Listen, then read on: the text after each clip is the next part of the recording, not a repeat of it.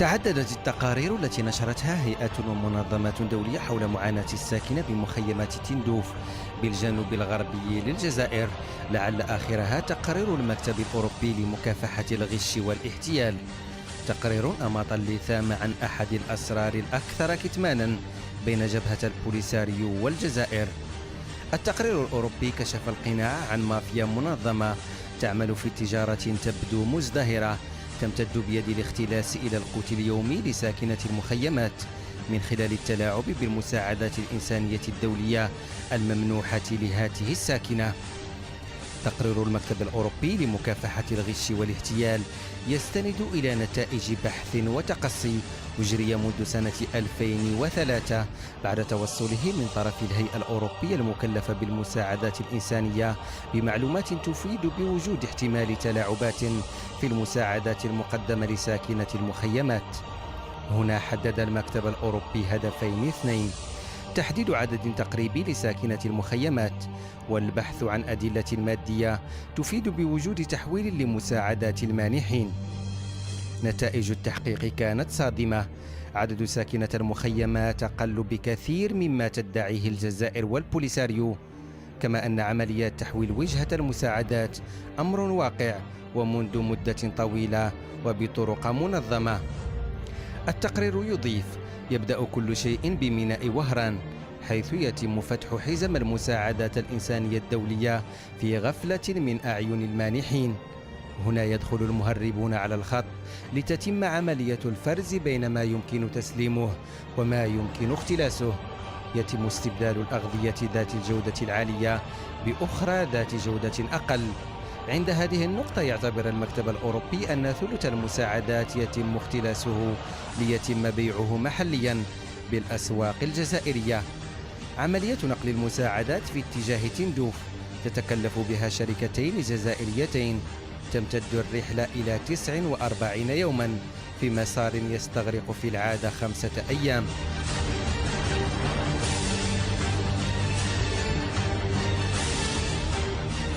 حين بلوغ الثلثين المتبقيين من المساعدات إلى تندوف يتم فرزها مجددا وتوزيعها على مستودعات تخزين رسمية وأخرى سرية.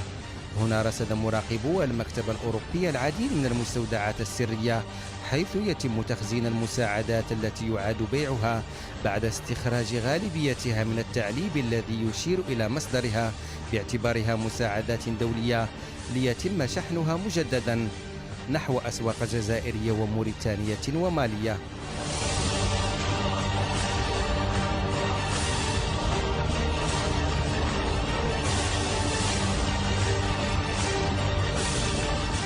Monsieur le directeur, permettez-moi d'insister sur un point qui a été abordé par mon collègue précédemment, c'est le rapport de l'OLAF à propos des camps de Tindouf.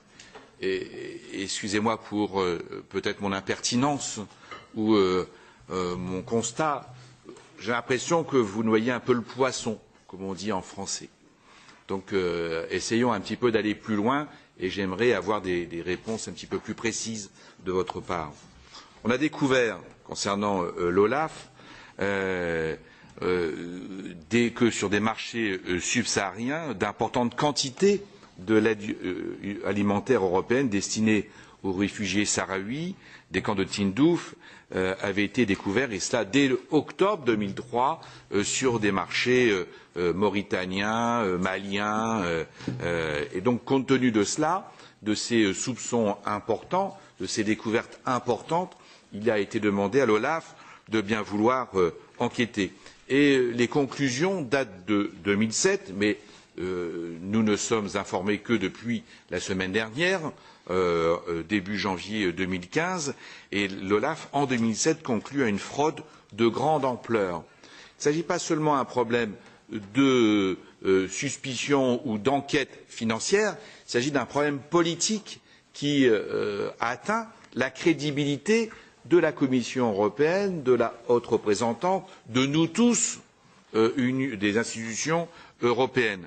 Car c'est une fraude de grande ampleur et l'OLAF dit elle-même qu'une partie importante de cette aide financée par la Commission a été détournée et qu'une partie importante de ces détournements a été organisée par les dignitaires sahraouis eux-mêmes. Rappelons que cette aide, depuis 1976, c'est 105 millions d'euros donnés par l'Union européenne. On sait que ces détournements étaient facilités par la surestimation des populations présentes dans les camps. Les chiffres ont toujours été fournis à l'ONU par les autorités algériennes qui n'ont jamais accepté que soit organisé un recensement des camps, malgré les demandes répétées du HCR. L'OLAF a donc demandé au centre de recherche commun de la Commission européenne d'établir le nombre de réfugiés. Et on sait qu'en croisant les entretiens de l'OLAF avec des photos satellites, le centre a estimé à 91 000 personnes réfugiées habitant à Tindouf, alors que l'Algérie dit auprès de l'ONU 158 000 et que le Polisario parle de 200 000. Ensuite, l'enquête a mis en avant des pratiques qui ont confirmé la légitimité des soupçons. Les enquêteurs et les ONG ne peuvent accéder à l'information dans les camps librement. Les échanges avec les réfugiés s'effectuent toujours en présence des autorités sahraouies. L'aide alimentaire, comme je disais tout à l'heure, est en partie vendue aux réfugiés des camps et non donnée, et aussi vendue sur des marchés à l'étranger. Et l'ampleur des détournements semble importante puisque des ateliers de repaquetage sont organisés pour pouvoir vendre l'aide humanitaire sans attirer les soupçons.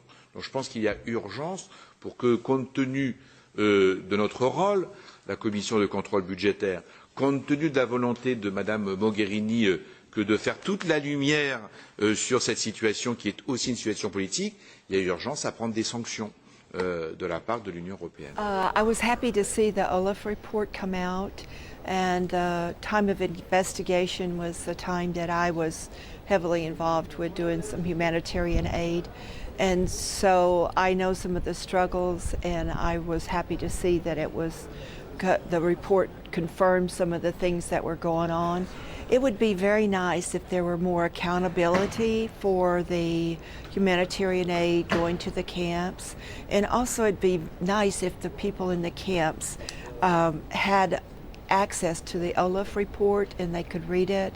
That would be wonderful so that they could know what's going on. أشجل إيجابا يعني خروج هذا التقرير لأنه الكل كان يتكلم عن هذا لكن حتى أحد ما كان كيخرج باش يقرره بشكل خوفا بأن يتهم بأنه في إطار الترويج.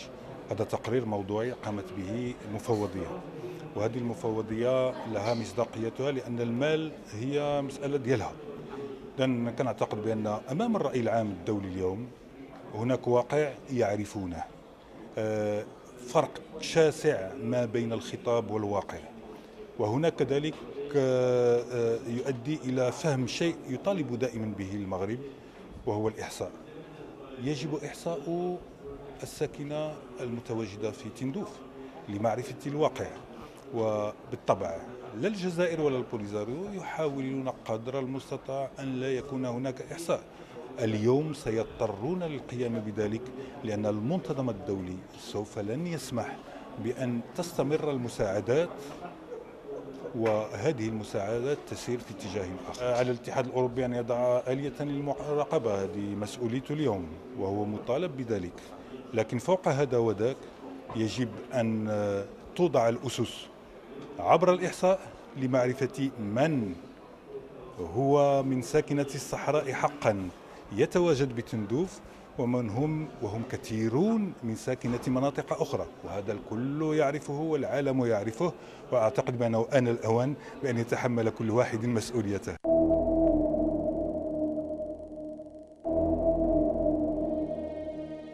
ولكشف جزء من هذه الحقيقة تجند فريق عن القناة والوجهة بعض الأسواق الموريتانية التي تحدث عنها تقرير المكتب الأوروبي لمكافحة الغش والاحتيال، والتي تستقبل الشحنات المساعدة الدولية المحولة من تندوف.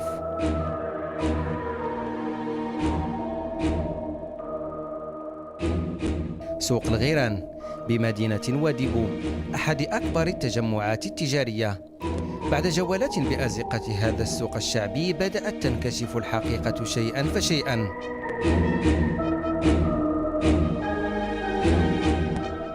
مواد غذائية مختلفة ومتعددة تحمل رموز لهيئات دولية مانحة معروضة للبيع بعدة محلات تجارية. مواد غذائية مكونة أساساً من قندينات لزيت الطهي وأكياس الحليب المجفف وأكياس الدقيق.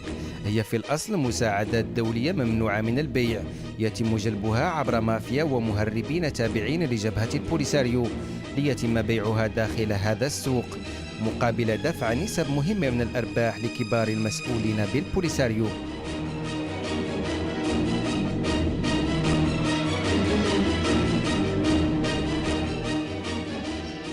وهذه مساعدات للأسف الشديد ما توصل لمكانها ولا توصل للناس اللي محتاجتها في المخيمات.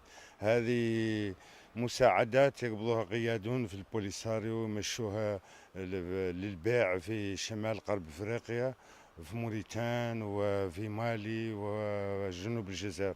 وهذه مساعدات كيف تعرفوا هي مساعدات تجي عن طريق منظمات، وأساسا منظمات المجتمع المدني الإسباني والهلال الأحمر الإسباني، وتمشي من ميناء أليكانتي إلى وهران.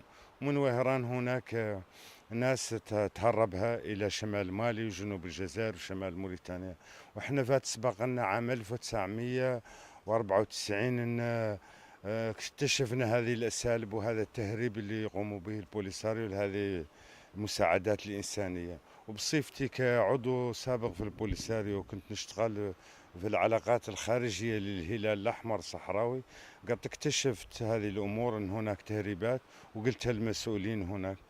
وفي سنة 94 كنت مع فريق من التلفزة الهولندية وأرينا في نواذيبو في السوق نواذيبو هذه المواد تنباع مباشرة، وعملت منها تصاور واشتريت منها حاجات نماذج، ومشيت لبريكسل وعرضتها على بعض المنظمات الأوروبية اللي تساعد البوليساريو. عرضت عليهم هذه النماذج اللي تنباع وقلت لهم انهم يالتهم يحقوا في هذه المواد انها يالتهم يحضروا توزيعها في المخيمات على الناس المحتاجة لها في الوقت النقيات البوليساريو تجار بها في هذه الدول المجاورة.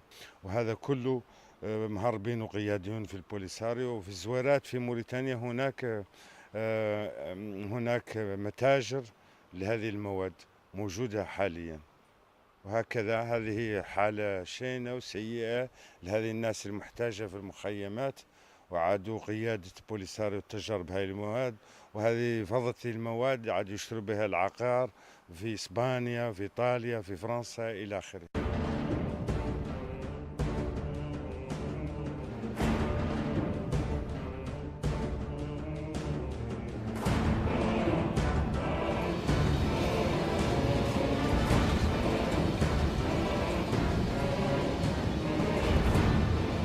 استمر البحث والوجهة مدينة الزويرات في رحلة امتدت ل18 ساعة انطلاقا من مدينة واديبو.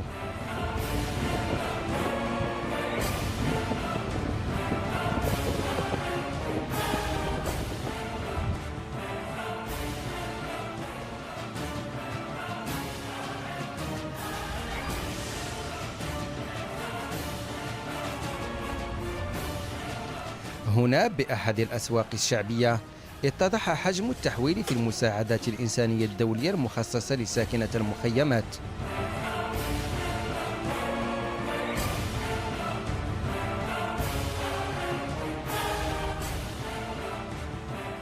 أكياس الدقيق والحليب المجفف تحمل عبارة هبة من سويسرا وعبارة ممنوع من البيع. ومواد غذائية ممنوحة من هيئات أمريكية وكندية عبارة عن قنينات لزيت الطهي وأكياس للقطاني.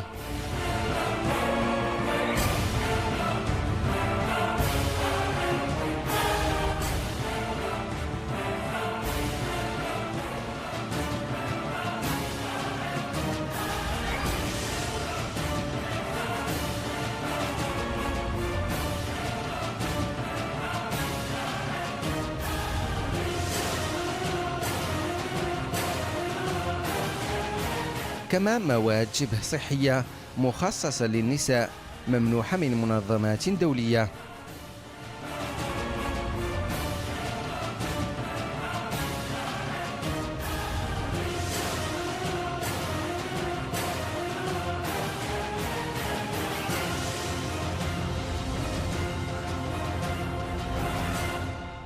نجوا نوريبو فعلا دور ترى واحدين يتكلموا معكم فهمت بدون قاع اي لا الشارع ناس اللي من السوق يعرفوا الزويرات فهمت يعرفوا طريقة اللي يقبوا ودات البوليزاريو ويشوفهم ويبيعوا فهمت مخيمات اللي يقيسون الموريتانيين ويبيعوا فهم يعني الناس فهم بينها معاملات فهمت يوميا الاسواق قايسين بوليزاريو جايين ماشيين جايين شي كيف ضارك انا شفتو فهمت ما دخلت فيه قبالي غير شتو وسامع به وخالي فهم يا غير نعرف أنا على الأسواق الزويرات يجون بوليزاريو يبيعوا فيهم. خصوص موضوع المساعدات الإنسانية أو ما يطلق عليه تحويل المساعدات الإنسانية. هذا الموضوع على حسب المعطيات اللي عندي إنه كان بشكل معين فترة التسعينات والألفينات كان يعني بشكل كبير كان بشكل مفرط لأنه كان فيه بحبوحة في المساعدات الإنسانية ولا كان فيه ضغط بشكل كبير برقم اللاجئين رغم من الرقم غير مضبوط إلى حد الساعة عادوا بإحصاء ولكن منذ نهاية التسعينات بدأت المنظمات تتساءل عن رقم المخيمات اللي كان ثابت على رقم 165,000 لا يزيد ولا ينقص. بدأت بنوع من التشديد في موضوع الأرقام إلى أنهم توصلوا مع البوليس إلى أنهم سيقدموا دعم لرقم 90,000 لاجئ زائد حصة 25 إلى 30,000 حصة نوعية للحالات العاجزة والمرضعات والأطفال يعني حصص نوعية فيها تغذية نوعية لها الأصناف والأشخاص. المهم أنه مع دخول الأزمة الاقتصادية في العالم كامل بدأ يتقلص حجم المساعدات ونوعها بالخصوص وأصبحت مفوضة في الذي هو برنامج الغذاء العالمي بالأصح يركز على الكم أكثر من يركز على النوع. يعني المهم أن اللاجئ توصل حصة غذائية تضمن أنه يبقى على قيد الحياة ليس شرطا منها يعني حصات فيها يعني كل المكونات الصحية ولا يحتاج ليس لا المهم أن يوصلها إن شاء الله يوصلها كله سليم أو كله قرص أو كله المادة واحدة الأساسية يبقى لا شيء على قيد الحياة. أيضا دخلت الجزائر أيضا دخلت في هذا الموضوع في السنوات الألفينات لأجل أن تستفيد شركات هي بالدرجة الأولى وهذا نسبة كبيرة من الاختلافات في السنوات من 2000 جاي كانت أغلبية تدخل في إطار على يسموه مشاريع التعاون اللي يتعلق اللي فيه كدعم نقدي وهذا يوصل فقط للجهات المسؤولة الجهتين بالدرجة الأولى جهة رئاسة البوليساريو وجهة الوزارة الأولى أو جهتين هم أكثر جهات متنفذات. هناك موضوع آخر موضوع إنه الدعم الإنساني كما قالوا لهذه مخيمات لاجئين الدعم الإنساني أصلا موجه للمدنيين يعني للاجئ المدني. البوليساريو كما يعرف الجميع هي منظمة عسكرية ليست مدنية. كل عساكر البوليساريو ويجلس الأمنية هذا الدعم الإنساني أصلا غير موجه إليهم. من أين يعيشوا هؤلاء؟ قطاع البوليساريو عنده 6 نواحي عسكرية. هذه النواحي العسكرية وهي اللي عندها من أين ستقتات من أين تمول تمويلها يتم من خلال هذا الدعم يوصل من خلال الفروقات في الأرقام ما زالت غير مضبوطة. بعض من هذه الأرقام غير مضبوطة يحول فائدة هذه القطاعات اللي البوليساريو مختلفة ولكن الدعم الإنساني غير موجه لها وهذا نوع من احتياج البوليساريو من أجل أنها تستمر هي كمنظومة عسكرية منظومة سياسية توجه بعض من هذا الدعم بطرق احتيالية من خلال التلاعب كما قلت لك في الأرقام يتوجهوا نحو قطاعات هي اللي يخدم بمستوى استمرارية اللي هو الجيش العسكرية الأمنية. مثلا اليوم لما تذهب إلى سوق الزوارات أسواق شمال موريتانيا في نفس الوقت مالي اليوم ما يقدر أي حد يشيل، لأن مالي منطقة عسكرية عدة 3 سنوات هي الحرب، فأصبحت منطقة لا يوجه لها أي شيء. شمال موريتانيا لما تدخل أسواق شمال موريتانيا تجد بضائع المواد الدعم الإنساني الموجهة للمخيمات. من التداعيات أيضا هذا سواء الفساد داخل الطويجات وسواء من طول أمد النزاع والانفتاح الموجود في العالم، لأن العالم اليوم أصبح قرية صغيرة، المخيمات كانت فترة معينة معزولة، اليوم أصبحت يعني ما يقدر أي مكان في العالم ما يكون معزول. هذا أيضا انعكس على نفسية الناس وعلى صبرها في غياب أي أفق الحل، واللي من التداعيات وهي الاحتجاجات المتوسطة في المخيمات.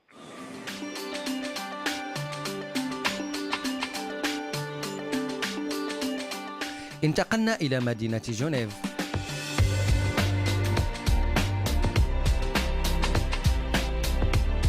عاصمة حقوق الإنسان.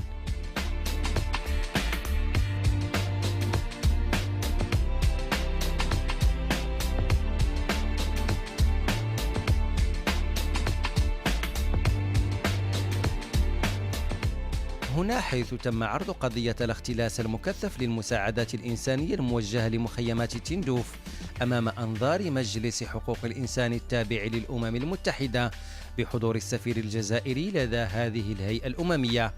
محامون وممثلو منظمات غير حكومية طرحوا الموضوع للنقاش. Effectivement, il y a 3 ans de cela, notre cabinet d'avocats, l'allemand et le gros, a été contacté par une ONG qui fait partie des ONG reconnues ici auprès des Nations Unies, Aide Fédération, l'Agence internationale pour le développement, qui s'occupe notamment du sort des réfugiés sahraouis dans les camps, notamment au sud de l'Algérie. Pourquoi l'ONG est venue nous voir?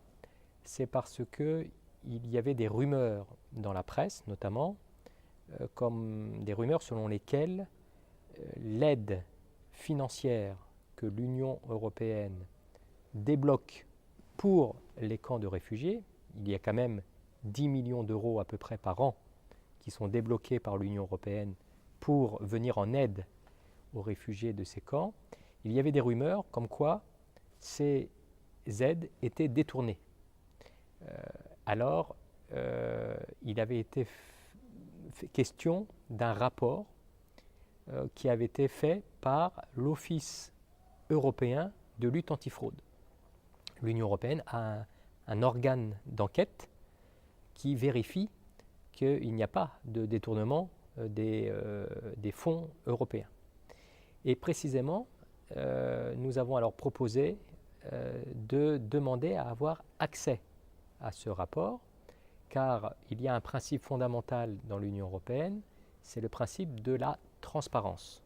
C'est-à-dire que les organes, les institutions européennes, lorsqu'ils produisent un document, doivent pouvoir le rendre public, soit spontanément, soit parce qu'on va lui demander. Et c'est ce qu'on a fait. On a donc déposé une demande d'accès au rapport. Nous avons reçu tout d'abord un refus. Nous avons fait alors appel. Un premier rapport nous a été transmis, un rapport de 2011-2012, mais qui ne disait pas grand-chose, mais qui faisait référence à un autre rapport de 2007. Alors, nous avons demandé à avoir accès à ce rapport de 2007, qui était plus important. Et finalement, nous avons eu accès à ce rapport, il nous a été transmis, et c'est très intéressant, parce que pour la première fois, il est écrit dans un rapport officiel qu'il y a bien eu des détournements très importants de l'aide aux réfugiés sahraouis, que des manœuvres frauduleuses ont été faites pour détourner cet argent, et notamment de la part d'un certain nombre de dignitaires, de personnalités sahraouis. Et qu'une des raisons qui permet ces détournements, c'est parce qu'il n'y a pas un recensement exact, officiel, du nombre de réfugiés qu'il faut aider. Il y a a priori une surestimation du nombre. Et donc, l'OLAF, l'Office de lutte antifraude, a fait des recommandations pour mieux contrôler l'aide. I don't believe that there should be a stopping of the humanitarian aid because the people are there, the people need help, and I'd like to see them get the aid that they need, the help that they need, and I'd like to see them with all of my heart to be able to have a voice in what goes on and be able to return if they choose. بالعودة إلى تقرير المكتب الأوروبي لمكافحة الغش والاحتيال، رفع المكتب توصية إلى اللجنة الأوروبية تتضمن تسوية مشكل الإحصاء الذي تعترض عليه الجزائر والبوليساريو بشدة. كيف لا وهم جعلوا من ساكنة المخيمات أصلا تجاريا يدر عليهم أرباحا طائلة. فبحسب معطيات لنفس المكتب فقد منحت بلدان الاتحاد الأوروبي منذ سنة 1993 إلى اليوم 200 مليون يورو كمساعدة غذائية. عند هذه النقطة تطفو على السطح مسألة محورية أخرى: ما مصير ملايين الأورو التي يتم تحصيلها من هذه الاختلاسات الممنهجة؟ هل تساهم فقط في تضخيم أرصدة قادة البوليساريو والمتواطئين معهم من الجزائريين، أم تستخدم في تغذية الإرهاب وعدم الاستقرار الذي يخيم على منطقة الساحل والصحراء؟